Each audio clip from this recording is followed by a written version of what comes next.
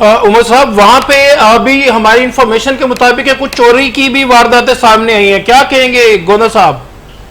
जी, जहाँ तक चोरी की वारदातें हैं, ये बिल्कुल दुरुस्त बात है। मैं जाके जब कश्तियों के ऊपर हम आगे गए, जो सैलाब में डूबे हुए इलाके थे, तो वहाँ पे लोगों ने इस बात की शिकायत की है और उन्होंने बताया, जी मैंने उनसे पूछा कुछ लोगों से कि आप ये अपने घर छोड़ के क्यों नहीं जा रहे, घर खाली क्यों नहीं कर रहे? तो उन्होंने कहा, जी हम कैसे छोड़ें, हम जो है वो हमारे घरों में चोरियां हो रही हैं। उसके बाद कुछ लोग वापस जाते हुए दिखाई दिए जो रेस्क्यू वालों से उलझ रहे थे, बाकी कश्ती वाले जो फ्लाई तंजीमें हैं उनसे उलझ रहे थे। तो मैंने उनसे कहा कि अभी पानी है और आप लोग वापस जा रहे हैं। कुछ लोगों को हमने पैदल जाते देखा, यानी कुछ अगर पानी 1.5 फुट कम हुआ तो सड़क कम से कम 1 फुट पानी का नजर आ रही थी, सड़क देखा जा सकता था। या कम से कम वो मकामी लोग हैं तो उनको पता ही सड़क है, इसका ये रूट है।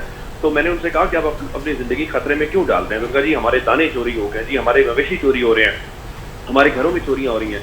इसके ऊपर मैंने पंजाब गवर्नमेंट से बात की, मैंने उनसे उनका मौक़िफ़ देने की कोशिश की। तो जो एजुकेशन मिनिस्टर राना सिकंदर है, उन्होंने खुद मुझे इंडोर्स की इस बात को, इंडोर्स किया इस पॉइंट को कि 2 कश्तियों को हमने तहवील में लिया है, जिनके बारे में एजम्पशन ये है कि वैसी एक्टिविटीज में इन्वॉल्व थी। तो ये बात बिल्कुल दुरुस्त है कि वहाँ पे चोरी चुकारी के वाकयात रिपोर्ट हुए हैं, लोगों ने शिकायत की है।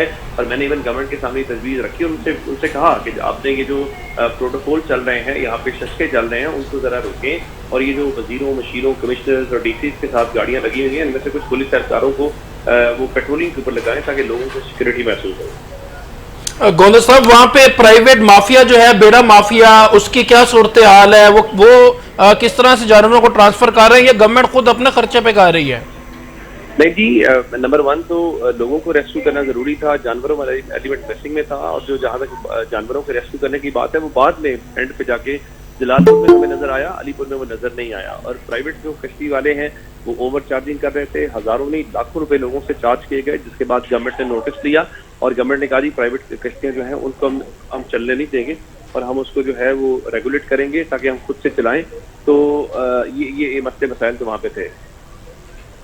उमर दराज गोंदा साहब, अभी इस टाइम जो है सबसे बड़ा चैलेंज गवर्नमेंट के लिए और इमीडिएटली कौन सा कदम लेने की जरूरत है?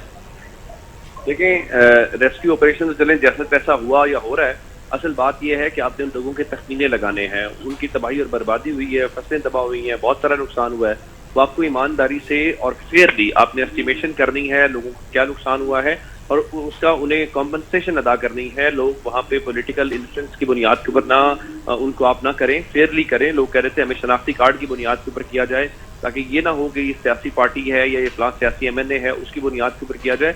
गवर्नमेंट के सबसे बड़ा चैलेंज है, वहाँ पे भी पानी उतर रहा है, पानी उतरेगा, वबाई अमराज फैलेंगी, वहाँ मलेरिया होगा, डेंगू होगा और बहुत सारी बीमारियां आएंगी।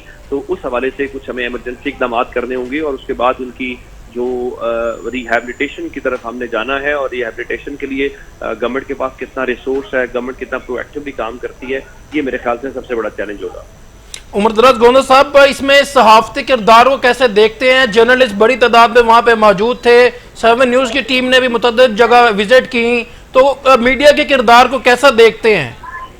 देखिए, मीडिया का किरदार तो पॉजिटिव है और लेकिन उसमें एक चीज़ की कमी है कि हमने जो लाहौर को जिस तरह से हाइप क्रिएट की, वो चूंकि दूर दराज इलाके हैं, उस तरह से उसको हम टाइम नहीं दे रहे। जैसे इंडिया पाकिस्तान का मैच था, मैं वहाँ मौजूद था, चूंकि तो इंडिया पाकिस्तान का मैच जरूरी होगा, लेकिन पाकिस्तान इंडिया के मैच से ज्यादा जरूरी हजारों नहीं लाखों की तादाद में लोग वहाँ पे जो फंसे हुए थे।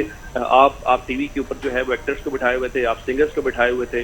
तो जब लाखों लोग हों, हजारों नहीं लाखों लोग हों, तो उस दिन आपके मीडिया की क्या वो थी और उसके बाद आप डिबेट क्या कर रहे हैं? आप सारी रात जो टीवी टॉक शोज में और हेडलाइंस में आपकी चीजें चल रही हैं वो पॉलिटिकल चल रही हैं, वो लोग देख रहे हैं। मैं जहाँ पे वो